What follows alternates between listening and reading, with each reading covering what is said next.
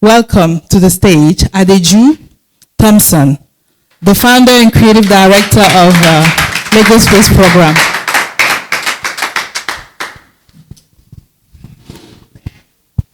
Thank you, Adeju. How are you? Thank you so much for having me. I'm very well, thank you.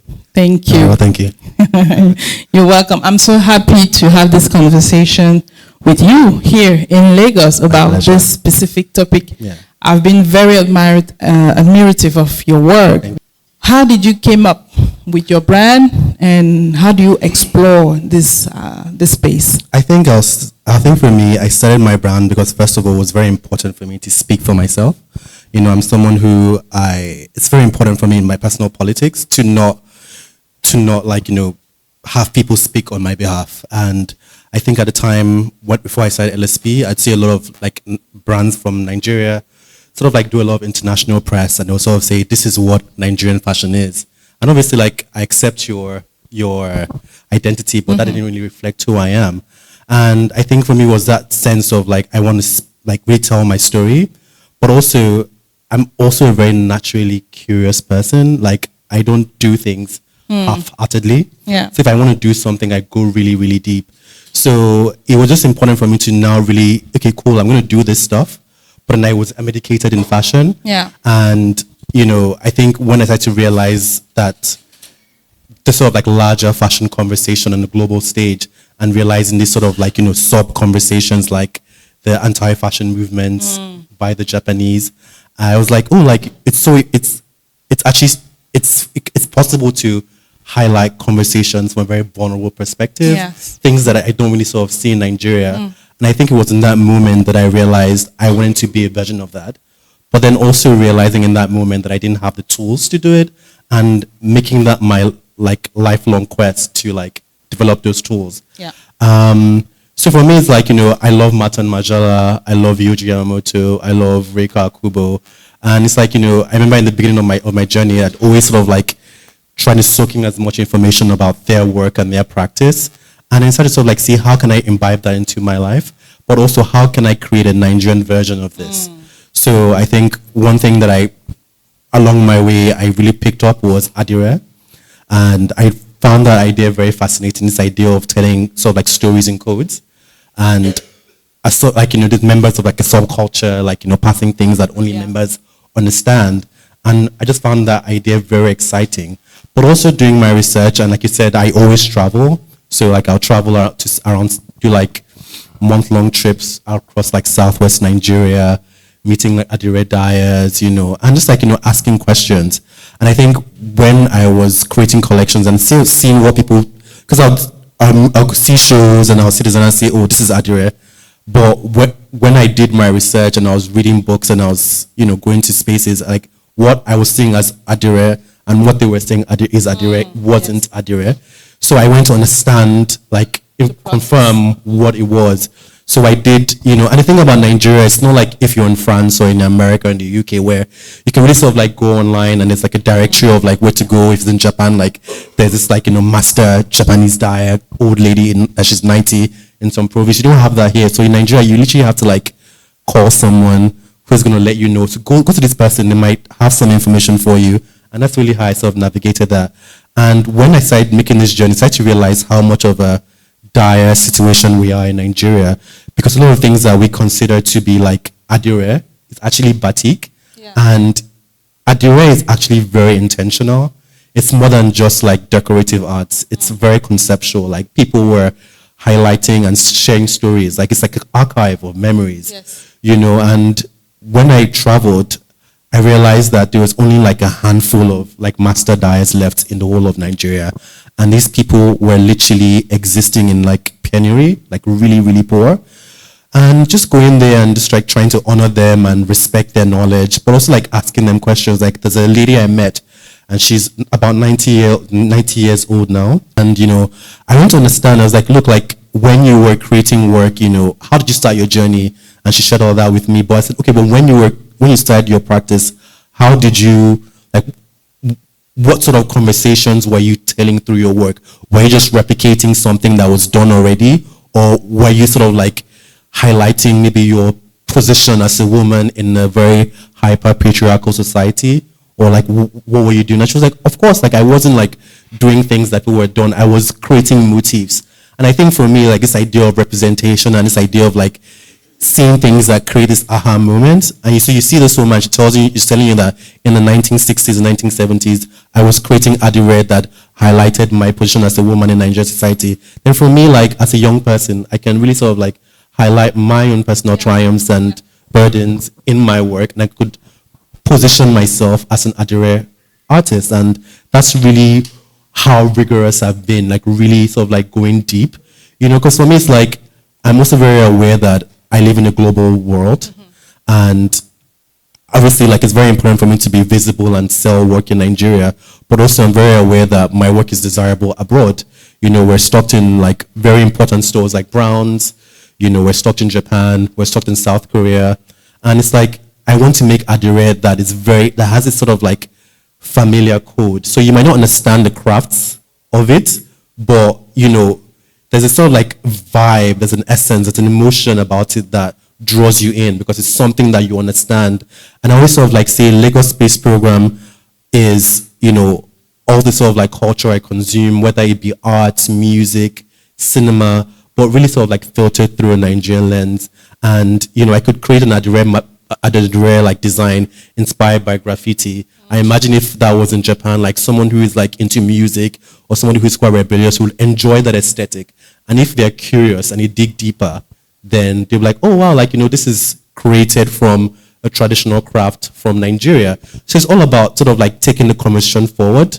Like I love history, but I don't dwell in nostalgia. I'm very much about how do we move things forward. Yeah, you actualize it. Yeah, you bring it into the contemporary space. Yeah, that's the most important thing for me. Yeah. So whether it's me, like, you know, working with the master dyes in Ibadan or Shobo, or going to Benin to work with the bronze casters, it's like I'm not trying to like. I mean, like these things that were developed centuries ago, they're amazing and they're part of our Commonwealth. But like, I feel it's quite lazy if you go back to this and say, okay, I'm going to make this Benin head. Like, that's a story that was told. Like, how do we go into these spaces, rely on the knowledge, but go there to disrupt and come up with new forms that add to the conversation? Yeah, I totally agree. I think there's also a balance of really celebrating also that uniqueness of those places and those people and her tradition. Yeah. But at the same time, bringing it into the contemporary context. So creating something that are more wearable, because sometimes our traditional arts are not wearable, and you really bring it into the today, create forms and style that people can rely on and they can connect with. Yeah. So I think that's something you're doing very well. In terms of using craftsmanship, you use the adire technique, but I see that you also have a lot of you create silhouettes. You always create silhouettes. You don't stick with just doing the clothing. And we see a lot of jewelry as well. So you were talking about bronze. So I guess for me, like there's something I always sort of like see within my practice. It's very much centered around decolonizing fashion. That's an idea that's very, very important to me. I think a lot of times, you know, there's so much about Nigeria that I think as Africans we've sort of like lost value of. And it's something that over the past sort of like decade, I've begun to understand how much we've failed ourselves and how much we've lost what about us is so special. And during my travels, I started collecting a lot of like archival shapes. So like agbadas as old as 100 years old. These pants are literally a replica of traditional Yoruba trousers. And they can either be worn in a ceremonial context or in a workwear context. And I just love this shape. I thought they were so cool. And I was like, I like the idea of bringing them into like a modern way. So usually when they're made in like ashoke, and they're quite heavy. So maybe if someone is wearing for a wedding, it might be interesting. But if you want to make it desirable to a younger person, to like a more jet set person, you know, I try to reinterpret them in like merino wools, like gabardine and silks and stuff like that. And it's quite interesting to sort of like see how it's taking off. So I have people who wear them and they dress them up, you dress them down.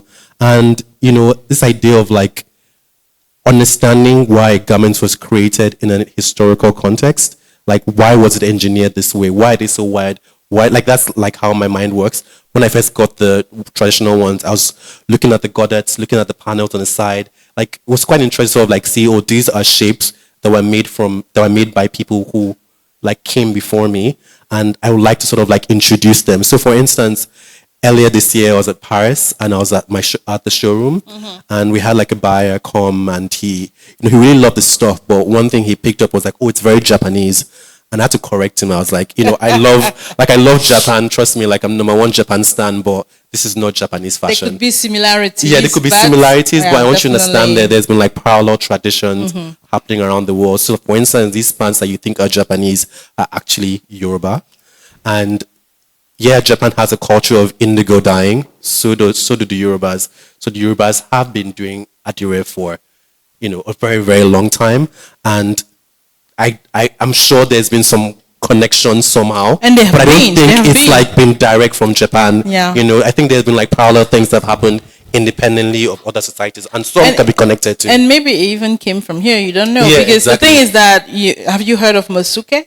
Where's that from? Sorry. As an African who traveled to Japan, he became the best samurai. Oh yeah. I have. Yeah. So I'm like, when you look at this from this perspective, you realize that at the end of the day, and I think that's also something we need to highlight, that we have to tell the depth of her story, because if we don't do that, it always seems like we are copying somebody or we are doing like somebody, because they've been very articulated about it. If we were articulated about her tradition, how we dress, and I think that's something you do that is very good, that you connect also to that comfort that was created by Yoruba a long time ago. So it's not about Japanese, it's more about you as a brand, where you're from, and how you dig into your culture to find something that's comfortable today.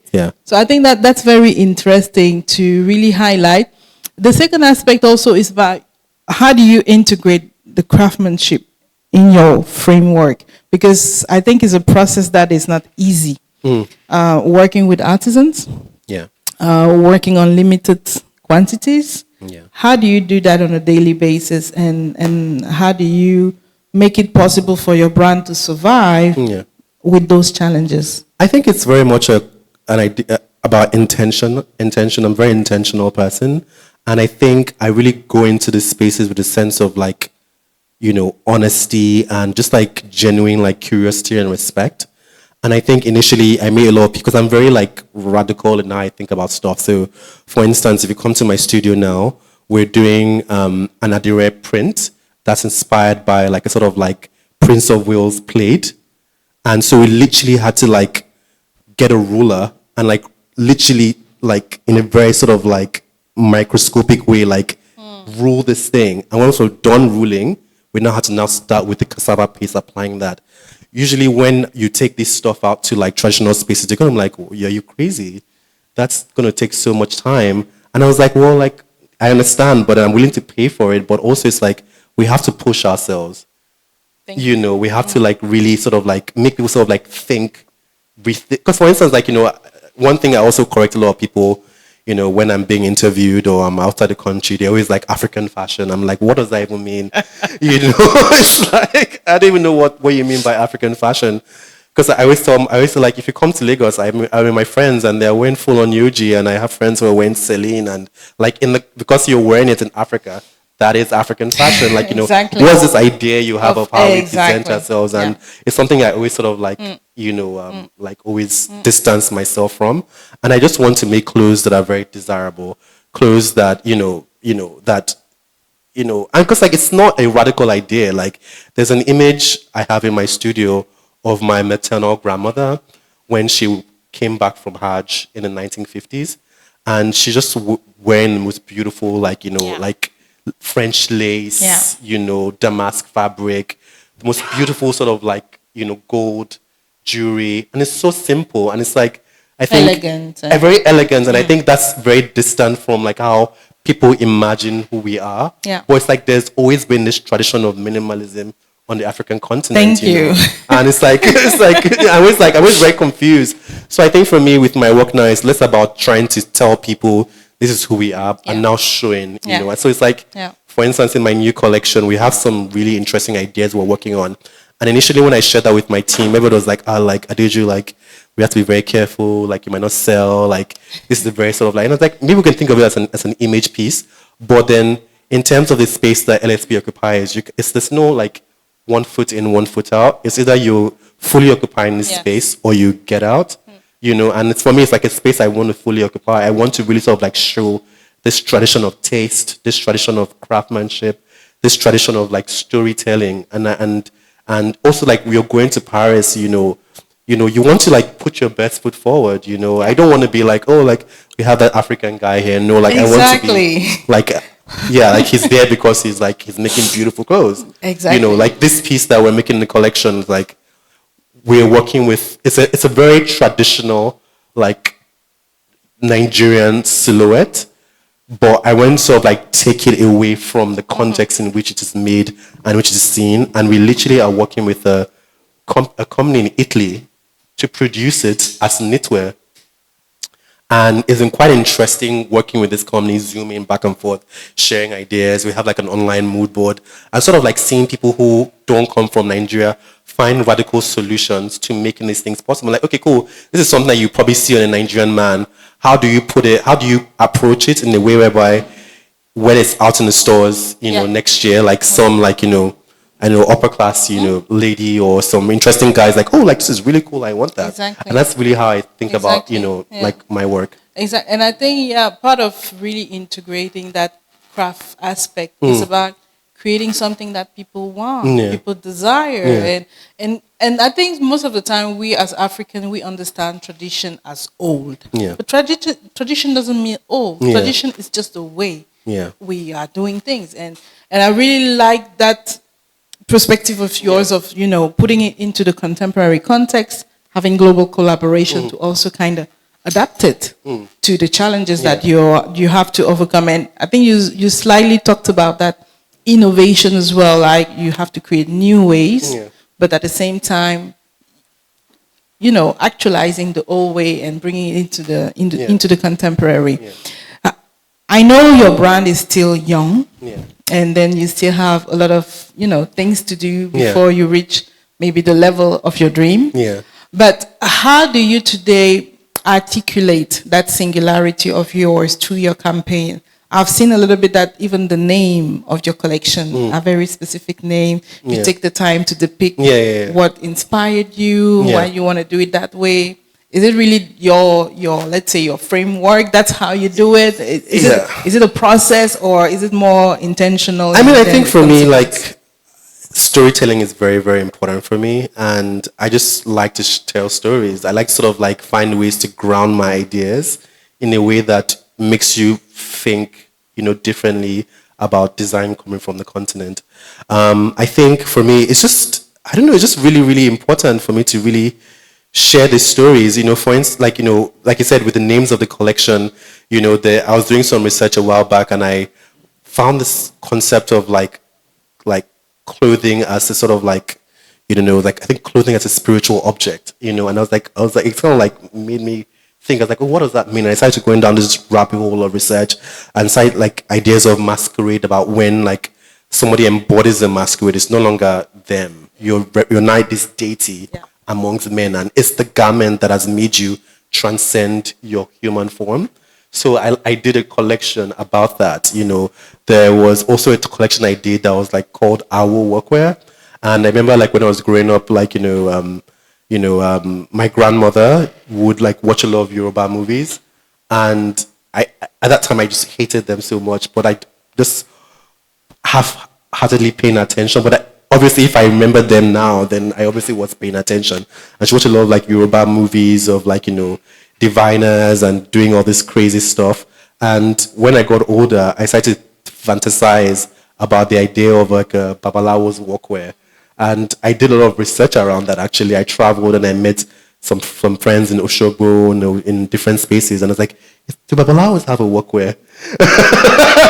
And my friend's like, okay, you know what? I'm going to call Babalawo over right now, and you will see if he has a workwear. So it was very fascinating. And I think, like I said, like destigmatizing culture. I think a lot of times when people sort of like hear the idea of Babalawo, like, oh my God, that's so scary. But it's like, I'm an educated person, and I read books, and what like Nollywood had fed to us about what a Babalawo is and what a Babalawo in real life is, it's very different things. Yeah. And so when I was just there, I was asking questions. I with a friend of mine, we're documenting things. At the end of the day, I realized the fantasy I had in my brain wasn't the reality, But then again, I'm a designer, I'm an artist. I can add the fantasy to it.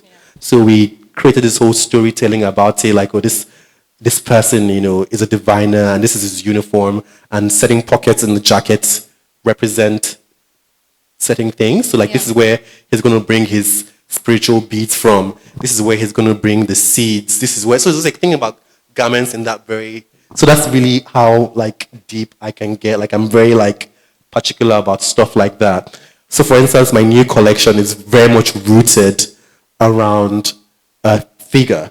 And Enyefe and I have been working together for the past few weeks to, like, just put it together. I remember when I showed it to him, he was like, I get it, because the way I sort of, like, broke it down, you know that person.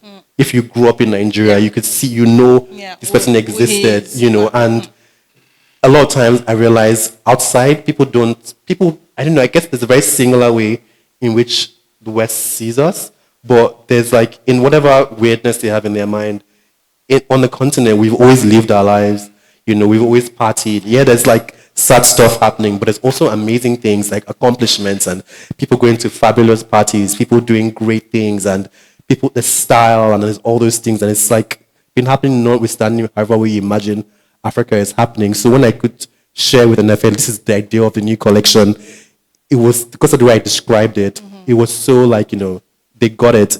And I know, like, growing up, I don't think I was ever thinking of fashion, but as I got older, I started to, like, think about where I came from, whether on my mother's side or my father's side. My grandfather, he's late now, but he was somebody who was very, very important to me. He was such a gentleman in how he presented himself. Like, we never spoke about fashion, but I'd always watch him, like, get ready for church on Sunday. I remember there was a late morning time, we were coming back from church, and we were packed behind, and he was ahead of us, and he had this, like, maroon, like, Mercedes Benz, and he came out of it, and he was wearing a maroon suit, and, like, like that, like, those things, like, like, that is style. It's always been there, like, so for me, it's like, it's like not a radical thing, it's, like, based on reality, and I can always draw from those moments and sort of, like, put them into my work. It's things I didn't find appealing then. Or, like, for instance, I remember, like, when I first started, like I said, I was very inspired by the anti-fashion designers, like, because it meant a lot for me to, like, rebel, and I found these people very interesting. But then the older I got, the more I started finding, like that sort of, like, Yoruba anti-aesthetic very fascinating, in a way that I totally rejected it, like, 5 years ago. I was like, this does not what I represent. It's too, like, flashy. But now I'm like, this is a vibe. And I can sort of, like, put that world in my clothes, because this is where I come from. Yeah. Well, I think everything I've been saying from the beginning, you really articulated it. And that's what it's all about. It's about being your best self. Yeah. That's it. It's not about trying to pretend to be somebody that you're not. At the end of the day, your brand is about telling the story of you. Yeah. And your memories, where you're from, the people around you, the people who are like you. And even when you go to the West, that's what they hear, rather than just seeing a black guy coming from Nigeria. And that's what I mean by we really have to be articulated about who we are. We are not just Africans from Africa. We can go deeper than that, especially when it comes to branding. And curiosity is really something that is not scarce. We should use it. We should use our curiosity, because when you say, like, you travel your country, you go to places where they are doing all this. Sometimes I tell my mother, like, I was like, where are you now? She's like, who, how, what? Who are you meeting there? Exactly how? Like, I haven't been there before, but you're there, like, just be safe. Exactly. But I think that's really about her generation, because it's her role also to have this conversation and to create these spaces for those other people on the continent that are not being seen. And I think when you put it beautifully in your own way, then you're creating your brand. And that's it. That's what creating a brand is. It's telling something. You're telling a story I don't think 10,000 people can tell. Yeah. You're telling a story only you can tell. Yeah. Yeah, exactly. And that's I think that's one thing I think a lot of designers in Nigeria aren't fully getting yet. I think a lot of times they're like, okay, like, Adire is very trendy. Like, oh, this is very, like, Ashoke is a thing. But it's like, well, how does this thing connect to you. To you as a person. And I think for me, like, you know, if you read my research around Adire, you understand how it very much embodies my own life. And that was a lesson I picked up when I met that 90-year-old woman, because I saw that she could put herself in her work, then I could do it too. And for instance, like, you know, this blouse, you know, when I tell people it's Adire, they're like, oh, really? It's not, it doesn't look, it's like, it looks like some print. But no, that's literally the all technique. hand printed, you know, and it represents, you know, my passions. I love plants. So if you come to my studio, it's very green, there are plants around. And there was a time when I was very into, like, you know, I found this, like, because I'm a nerd. So I started going deep into, like, plants collecting and everything like that. And I found that there was this society from the 1940s called the International Aroid Society. And there were people who, like, traveled to, like, you know, Venezuela, traveled to, like, Southeast Asia, collecting very interesting plants, and they would document them. And I liked that idea. As I started, like, you know, doing something where I was drawing plants around my studio. And I was like, let's do that in Adire. Let's, like, you know, but not like, we're doing it in a very stylized way, in a way whereby, you know, someone could wear the silk blouse with a very nice skirt. You know, you don't have to, like, wear everything, but it's like you want a nice silk blouse. Exactly. It's essential in your wardrobe. Exactly. You know, Well, that's amazing, and I think you've grasped it, and I wish your brand a lot of success. Thank you so much. And I think your signature is quite obvious when we look at your silhouette, the way they carry themselves in your editorials, the way they stand proudly. All those are messages that are very well seen. That's what I see when I look at them anyway. Thank you and so I much. hope when other people look at it, they see the same thing. And I hope at last that when they talk about Lagos Space Program, they are able to talk about that, you know. Thank you so much, Adeju. Thank you so much.